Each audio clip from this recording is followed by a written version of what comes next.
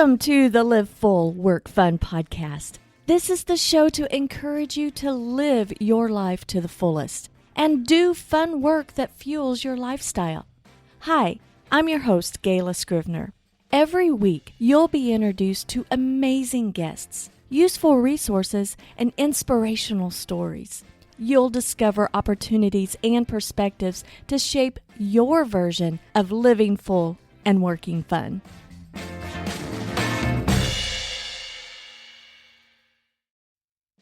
Before we get started with the show, I have a question for you. Are you a busy solopreneur struggling to find the time to consistently post to your social accounts? Well, the Scrivener Solutions team and I are introducing Scrivener Social, the easy-to-use social media scheduling platform paired with all of our workflows. It simplifies the entire posting process, saving you time and boosting your social media marketing efforts. Here's how it works. First, you subscribe to Scrivener Social, choosing the support level that best fits your needs. Second, we have onboarding calls to help you set up your account and give you the guidance for streamlining your posting process. Third, you implement your plan using our workflows to get more out of your social media marketing. Now, you could continue to do it alone, being frustrated and feeling guilty that you never get around to posting to your social accounts for your small business. Or you could save time, energy, and frustration by using an easy-to-use social scheduling platform backed by a support team that helps you streamline the whole process. You deserve a system that makes posting to your social media faster and more efficient. Go to scrivenersocial.com and subscribe today. Now, on to the show.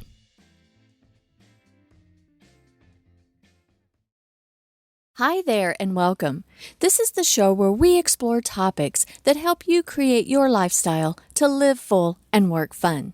Joining me today is Tracey Piechocki. As the marketing strategist and second-generation owner of Illustrated Designs, Tracey has over 25 years of experience in marketing. Her company has helped countless growing businesses with their marketing, branding, and multi-channel strategy. Elevating her commitment to client success, Tracey recently became a story brand guide. This new role allows her to enhance the impact of her website and graphic design team's creations by refining clients' messaging strategies. Away from the office, Tracey immerses herself in life's simple joys. Whether paddling across a serene lake on a kayak, getting lost in the pages of a book, savoring wine tastings with a friend, or enjoying quiet moments at home with her partner Mark and their adopted rescue dog Scribbles, Tracey has both a zest for work and relaxation. I loved my conversation with Tracey as we covered what it's like to take over a family business, the importance of setting boundaries, and overcoming imposter syndrome. I can't wait until you meet her. So let's hop right in, shall we? Tracey, it is so good to have you on the Live Full Work Fun podcast. Thank you for joining me. Thank you, Kayla. I'm excited about this. Well, we had met at a Story Brand event, and it's been a few months since we have gotten back to see each other, and I've been super excited. I enjoyed meeting you, and I wanted to get to know you a little bit more, and selfishly, I kind of wanted all my audience to get to know you more too. So would you kindly tell us a little bit about yourself? Sure. I am a second generation owner of a marketing company, live right outside of Philadelphia in Pennsylvania. I work from home, actually have worked from home before the pandemic. So this was an easy transition for me, and my entire team works remotely, which is great. Interestingly enough, my life partner also works from home. He's right across the hall. He's worked from home for many years also. And we just enjoy doing all kinds of things like wine tastings and traveling and just staying home and enjoying our adopted dog who's probably snoring right around the corner from my desk. Well, that is what makes the show great, because your dog's snoring, if we hear it in the background, my dog's snoring, hear it in the background, that's all okay. It makes things work it makes things fun, I think. Yeah. And I don't think that business should be stuffy. And I kind of grew up in the corporate world where it's like leave your personal life at home. And so how long have you been working from home? I started working from home when right before I took the business over. So about 9 years. So that's well before, and there were remote work back then wasn't as popular as now, of course. Now Yeah. it's way popular. People broke through that ceiling of, oh, yeah, there's this thing called Zoom. We can have meetings this way. Before the pandemic, did you have problems with like meeting with maybe your clients remotely or anything like that? Was there some sort of was it harder to warm them up to the idea of talking with them remotely? Yeah, there was a little bit of pushback in the beginning. I still do travel to client meetings if they're within, I'd say, a 1 to 2 hour travel distance, depending on the importance of the meeting and what we need to discuss. I still love face to face, but in the beginning, if it was just a quick thing that we wanted to do or have a quick conversation about something, or if they were further away, I'd be like, hey, like let's hop on a video call. And a lot of them just weren't very tech savvy. So that was a big issue back then. And then the other thing, people weren't comfortable being on camera. So they might join, but then turn the camera off, that was just like having a phone call, like that I could share a screen. It kind of defeated the purpose of having that face to face. So yeah, it's definitely that has definitely improved since the pandemic, because now everyone, if you're involved in business, everyone, even if you're not tech savvy, I have some older clients that aren't very tech savvy, but they understand Zoom. So that's been a great thing. It saves a lot of time. Oh, yes. And then I find it interesting. You work from home with your partner across the hall, and that is similar. My husband and I are together all the time, working in the same household. And even when we travel and we work from anywhere, our office space is even smaller. And so we're together a lot. Do you find that challenging or are you just used to it? Actually, I enjoy it.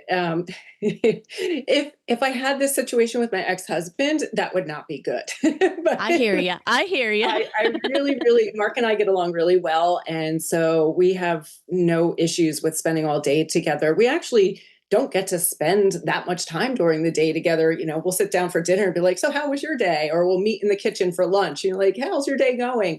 That what's nice is though, we're always looking out for each other. So if we know one of us has a lot of back-to-back meetings, just might knock on each other's door and come in with like a fruit plate or something, just some nourishment for each other throughout the day, knowing that you can't really take a break. So yeah, no, we don't really have any issues like that. I'm very fortunate. I do understand that. Yeah, it's wonderful. I find it comforting, and when he's gone for a period of time, I don't feel as productive, even though he's across the house.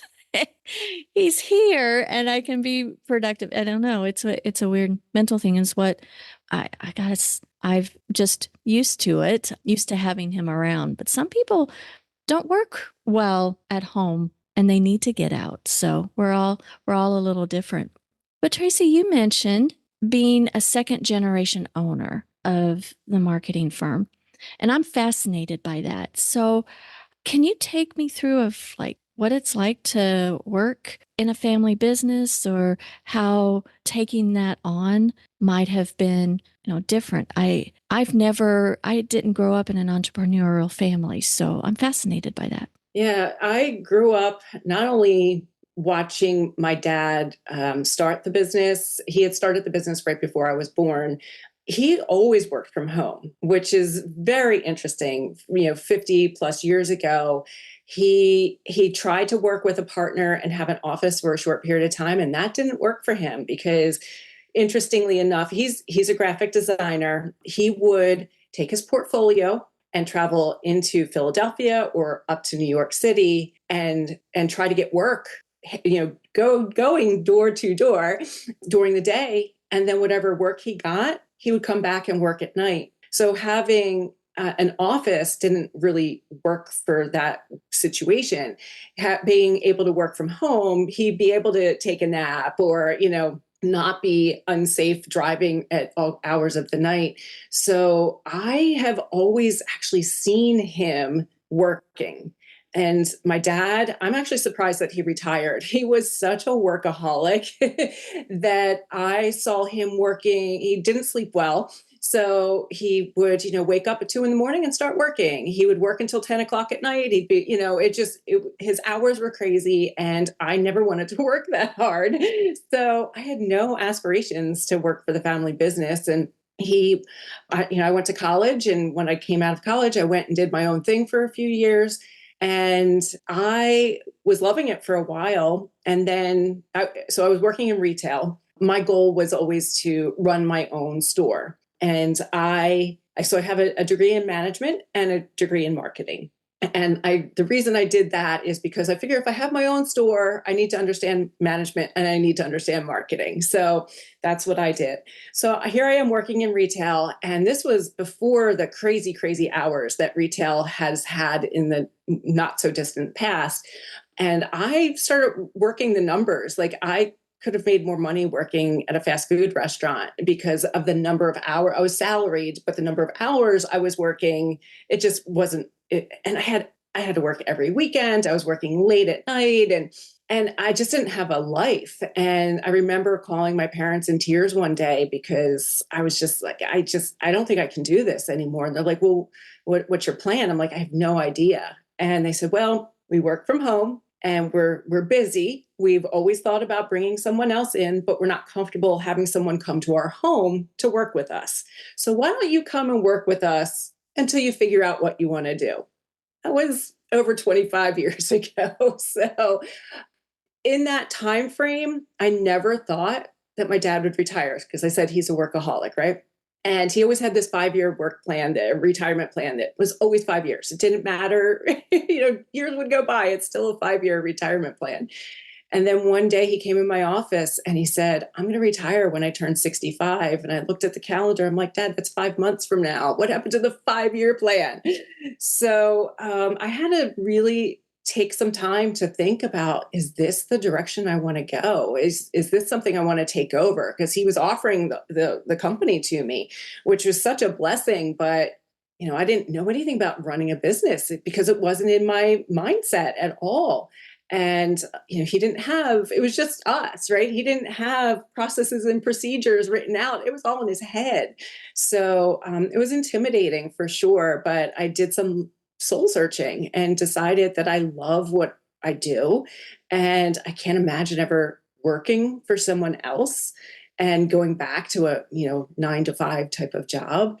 And it took a little while, but in the beginning, I was trying to just uphold his legacy and just do what he did. And then a couple of things happened, life happens, and I started realizing, no, this is my company and I have my dad's full support to make this my own. So that's where I've really started to educate myself a little bit more. One of the reasons I got certified as a story brand guide, just to be able to help clients in a way that resonates more with me. So yeah, it wasn't the normal path by any stretch of the means. And what funny thing is, along those 25 years, there were many times that if he wasn't my dad, I would have quit. And there were many times if I wasn't his daughter, he would have fired me. So it's not easy working for a family business, but it definitely has some rewards, and I'm grateful. So you're making the company your own, and what were some things that what were some challenges at first to kind of get it started? One of the biggest challenges is we had a client that my dad had started working with when I was in high school, I believe. So we had a really long, I think, 20-year tenure working with them. And it was really great until there was some new management and there was a turnover. And the client got very difficult to work with. But they were one of our largest clients. We had a very small number of large clients, which, putting all of your eggs in one basket is not the smartest thing to do. And the more difficult they got to work with, the more I felt like my energy was just being completely zapped out of me. And I wasn't my best for all of my other work. And so I had a heart to heart with my dad, and I said, I think I have to let them go. And he said, I'm very proud of you. I would have done it 3 years ago. so, Oh, that is so uh, wonderful. yeah, He yeah. really does have So, your back. I love that. yeah. And what, I mean, it was a very difficult decision to make because of the financial side of it. But I don't know if you do like word of the year or anything like that, if you pick a word for the year. I picked a word for 2024 and it's energized. So I'm only working on projects and going after projects that energize me and that I'm excited about. And that definitely would not, that client would not have fit my thought process for moving forward. I want to bring my A game to every project we work on, and I think that a project that excites me and gives me energy is going to allow me to bring my A game. So when you let go of that particular client, what was that feeling? I mean, There was a combination of relief, like a huge weight had been lifted off of my shoulders. Like I could breathe again. I wasn't playing their games anymore. I could just, there was more opportunity for me because I wasn't spending a lot of time working on their projects and in my head, honestly, thinking about how I'm going to respond to the next email and, how I was going to. I used to have a sticky note on my computer saying smile so that when I was talking to them, I would force that smile because it was so draining. So that freedom, it left that openness and freedom. It was a very, it was just, it felt great, but at the same time, very scary because financially, ooh, you're just saying goodbye. And it took a few years to build up the business back to, where it was before when we had them. But it was so worth it that I would not have traded that time for anything. now it's more than just you. You have a team, didn't you Mhm. say? So how big is your team? So interestingly enough, our team is all freelance. So I'm technically the only employee. None of my clients have a problem with that because the way I look at it, everyone that I bring onto the team is I bring them on specifically for their project. So that I'm pulling in the people that I know are right for that specific item. But everyone knows that they have to bring their best work to me every time because there's no contract for me to bring them again, right? They have to bring their best work or they're just not going to get more work from us.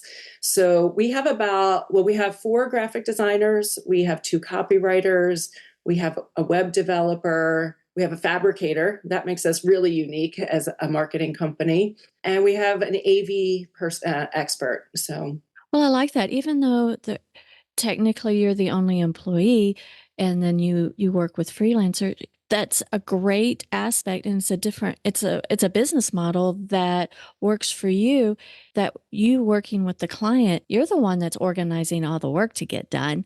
They don't have to deal with all the separate, getting coordinating because it's an orchestra of an event to get everything all done, and it can be time consuming. But even though that they're all freelancers, I would expect that letting go of negativity that comes from a client relationship, something that's not working, that spills over into your freelancers.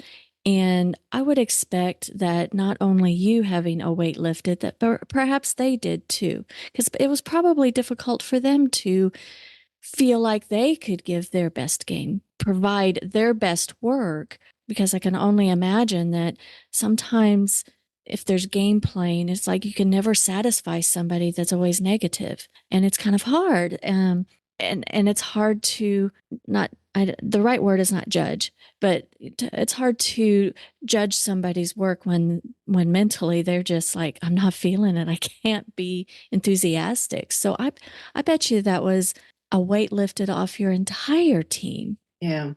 Yeah, I'm sure it was. And we've never actually talked about it, but you're right. There were projects that, we would go through many, many revisions and always just come back to where we started, but they just kept changing their mind and changing their mind. And it just gets frustrating when you're a creative person and we see the whole vision of a space or an event or what the finished product is going to be, and sometimes the client doesn't have that vision. Now, I'm a strategist, so for me, like, I'm always putting all the pieces together, and when they keep changing the pieces, yeah, it gets very frustrating. So somebody who's creating a design, I guess probably after the third revision, you don't care anymore. You're just giving them what they want, even though it's not right.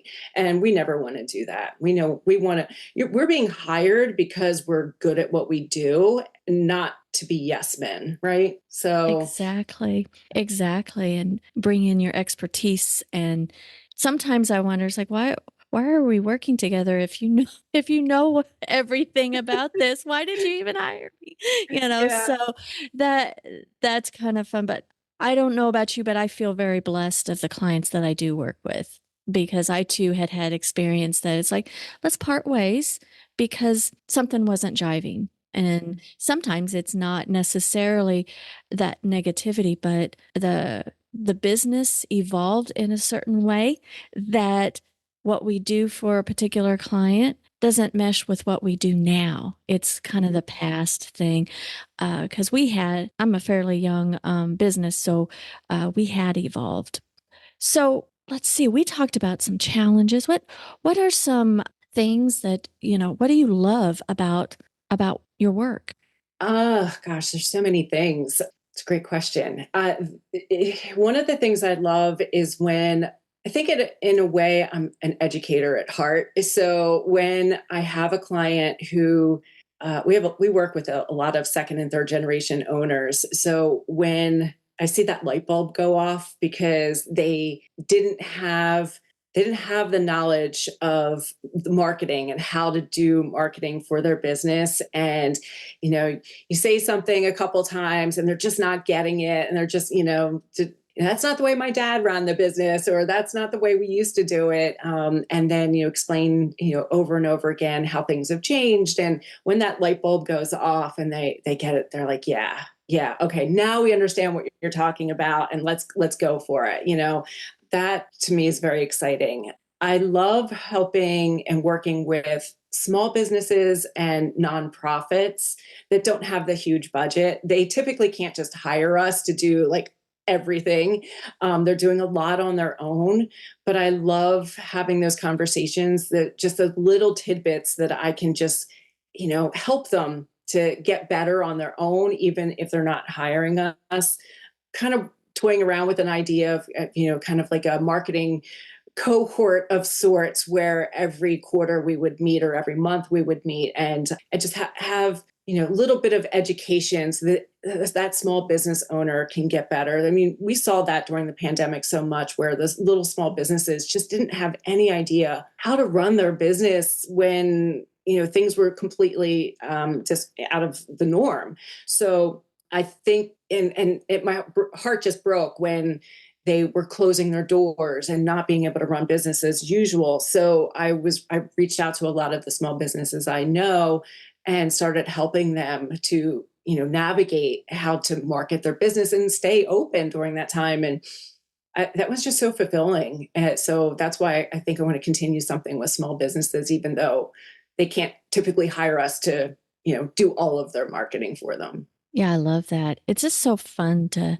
help people. And just you're creative. I mean, you went to school for business and For marketing marketing and management. management, yeah. Awesome. And so you're building. How long have you taken over the your family business? I believe this year it will be 8 years. Oh, how cool. So you're coming into your own. Has it changed a lot from where it was 8 years ago to now? What kind of things have shifted? We used to do a lot in the event space. And interestingly enough, during the pandemic, that all went away. So we had to Mhm. pivot very, very quickly. We're doing, like I mentioned earlier, we have that fabricator. We can make displays and interactive exhibits. And we've started working with a local zoo and creating some amazing displays for the zoo. So that has been a lot of fun. And we've kind of gotten into working with some casinos throughout the country, well, on the East Coast. And like I said, away from the events, and then obviously Story Brand.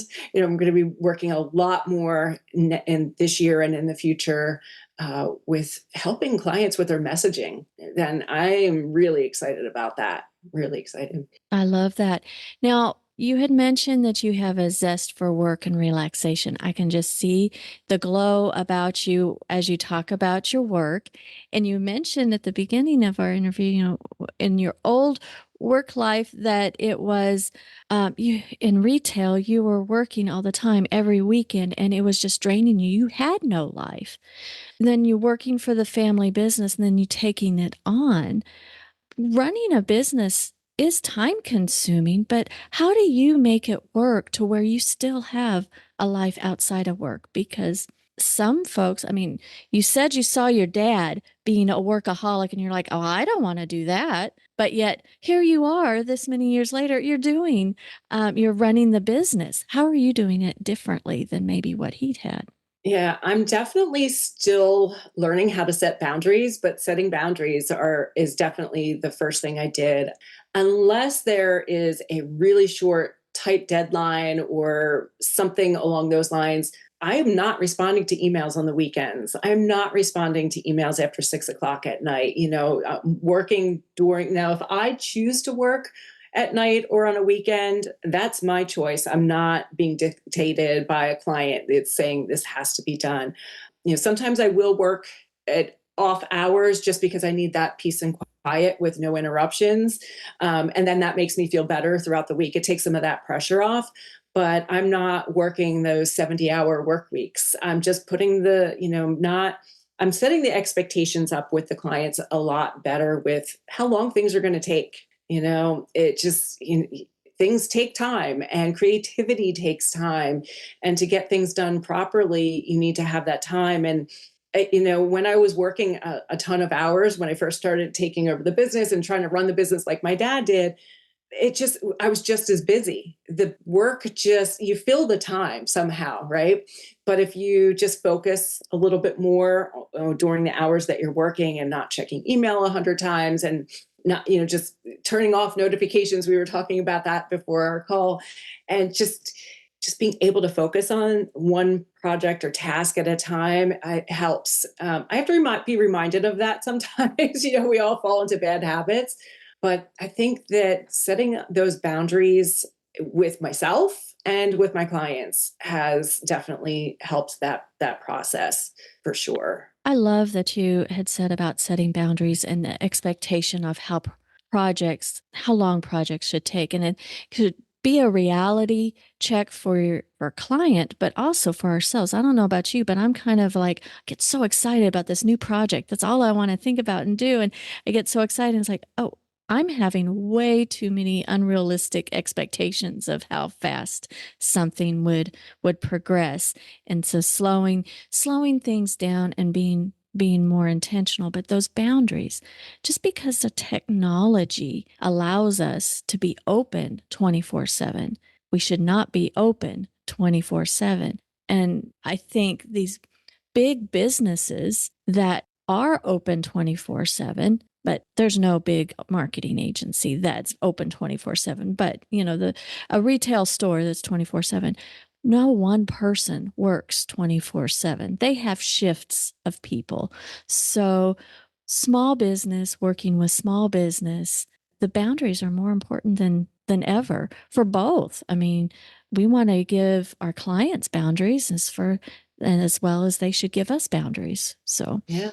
and And I think that especially as creative people, you get your inspiration from things outside of work so many times. So you need to get away from the computer. You need to get out of the office. You need to just live life and see what else is out there. If you're just stuck in your office and, looking at your devices all day, you're going to not be as creative for sure. What gives you inspiration? What do you like to do outside of your office that just fuels you up?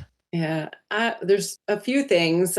I have just reinvigorated my love for reading. But interestingly enough, I still read business type of books, but I enjoy it. So I still, chalk that up as something out of the office. But love doing wine tasting, love kayaking, getting out on the water on like a lake, and just sometimes I'll actually kayak to the middle of a lake and just sit there and read a book. Just it's so much peace and quiet. I enjoy just the backyard that we've built here in our house at our house in Pennsylvania. We have a beautiful back patio and wonderful neighbors, and it's just so quiet. And I just love sitting out there on a hammock, again, reading or drinking a glass of wine. Turned into a little bit of a foodie, so trying different restaurants and that type of thing. Need to get back into travel. I do love to travel. Haven't done that very much lately, but I think getting out of just the little area and the place that you normally go to also gives you inspiration and allows you to rest and really rejuvenate your brain a little bit. So I yeah. love that. Looking back on your journey, and would you do anything differently? I'm sure there are 1,000 things I would do differently. Um, the biggest one that sticks with me is having the confidence in myself that I know what I'm doing. And that imposter syndrome that, like people are going to think, oh, well, who do you think you are? I Yeah, that and getting out of my own way. I've held myself back in my business. There's no other explanation. It's just me. Like there have been a lot of ideas that pop in my head, and that's where they stay. They don't, there's been a fear of moving forward. And I don't know, honestly, if it's a fear of failure or a fear of success, but there's a fear there. And I've been reading some books lately that have really helping me get through that and get over that mindset and setting goals for myself this year that will get me out of my comfort zone, because I just know intellectually that I can do it. But it's one of those things that it's just going to take practice. And I'm getting comfortable with failure, because that's where you learn, right? Every time you just have to get back up. So it's not going to be perfect the first, second, third, fourth, maybe 100th time that I do something, but that 101st time is still not going to be perfect. Like let's get that on the table. Perfect is not an option. It just doesn't exist. But I'll be good enough that where I feel comfortable enough doing what I want to do. But yeah, I've been just holding myself back, and I wouldn't do that. I would just know that I have it. I have what I need to reach my dreams already within inside me. I just need to get out of my own way. I love that you say that. Well, for many reasons, Tracy, because when I first met you, there was just something about you that I was drawn, that it's like, this is a wonderfully confident and brilliant woman, and I would really like to get to know her better. This is truly what I was thinking. And then I have myself, my own hangups, my own imposter syndrome, my own things of, oh, I'm just holding myself up. I'll purposefully like avoid something, kind of procrastinate on something when I know I could do it and do it well, but I'm going to do this over here for my client, not for my own business that I know would get me further. And to hear that someone like you with so much experience and so much, you know, poise and confidence and everything, that you struggle with imposter syndrome and that it is okay. We all can, I guess we can get over ourselves and succeed. and and I think that that is really good to share, because sometimes we meet people and we think, oh man, they've got it all put together, and we give ourselves, or we doubt ourselves even more. So I'm so glad that you shared that, because that gives all of us listening, bravery, that we can get through that too. We can work on our old negative talk, so Well, thank you for that's, sharing that you thought I was confident, because that's not how I feel all the time. So it's interesting oh, how we perceive others yeah. and how we perceive ourselves. But you're Hmm. absolutely right. I have met so many people that I hold up on a pedestal for various reasons. And when you actually have a conversation with them, they also have that imposter syndrome. And you're like, really? But it's in a way, I feel comforted that I'm not the only one. We're all battling this. So we're in good company. Oh, it's been a delight, Tracey, to get to know you a little better, that you came on the show today. And I was wondering if you had a favorite resource or book that has really made a difference for you, either personally or professionally, that you'd like to share. Hmm. There have been quite a few, other than, of course, Donald Miller books. I just read The Desire Map. I'm going to try to get the name of the author. I have the book right over here. Okay. Danielle Laporte, and it was called The Desire Map: A Guide to Creating Goals with a Soul. And that is how I got to my word of the year, was by going through all of the exercises in her book. Really helped me to focus in on what my goals were going to be for this year, and it was all based on how that success would make me feel. And so you've got the goal and that feeling, you're going to be connected to it more than just a phrase or a number, right? So those feelings, what that success is going to feel like, is a big driver for a lot of us. And so I really enjoyed reading that book most recently. I love it. And what's your word for 2024 again? Energized. Energized. I love it. Well, Tracy, how can everyone connect with you and follow you? I'm mostly on LinkedIn. I am on Facebook and Instagram, but you can find me, Tracey Piechocki, on LinkedIn. My business is Illustrated Designs, and you can just look up those on the other channels. If anybody needs to reach out to me, you can just look at our website, illustrateddesigns.net, and you can just reach out through the contact me button on there. Excellent. Thank you so much, Tracy. Appreciate Thank you you, being here. Kayla. Oh, this has been a pleasure. It's been a lot of fun catching up with you. Well, thanks for joining me today. You'll find all the links in the show notes to connect with Tracy. But let's continue the conversation. Hop over to Facebook and post what your biggest takeaway from today's show was in the Live Full, Work Fun Facebook group. Again, thanks for listening. Until next time, have a fantastic week. Live full, work fun. This episode has been brought to you by Scrivener Social, the easy-to-use social scheduling platform built for the busy solopreneur. You deserve a system that makes posting to your social media faster and more efficient. Go to scrivenersocial.com and subscribe today.